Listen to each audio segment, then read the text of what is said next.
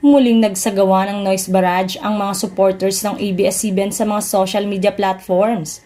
Hugot ang iba't ibang pag-iingay ng mga kapamilya bilang pagbibigay suporta pa rin sa mahigit 11,000 empleyado ng ABS-CBN na nawala ng trabaho dahil sa pagbasura ng 70 kongresista sa hiling ng prangkisa ng Kapamilya Network.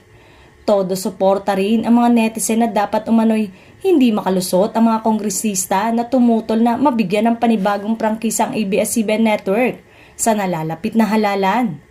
Maaalalang ibinasura ng Kamara ang aplikasyon ng ABS-CBN para sa bagong prangkisa. Nasa 70 mambabatas ang bumoto pabor sa resolusyon ng binuong Technical Working Group na nirekomendang huwag bigyan ng prangkisa ang ABS-CBN kumpara sa 11 na tumutol dito. Samantalang 2 nag-inhibit at 1 nag-abstain. Nagmula ang mga mambabatas sa House Committee on Legislative Franchises at mga lider ng Kamara na ex-official members. 12 beses humarap sa Kamara ang mga opisyal ng ABS-CBN para manawagan ng bagong prangkisa na makapag-operate ang alang-alang sa 11,000 na manggagawa na nakapdepende sa network.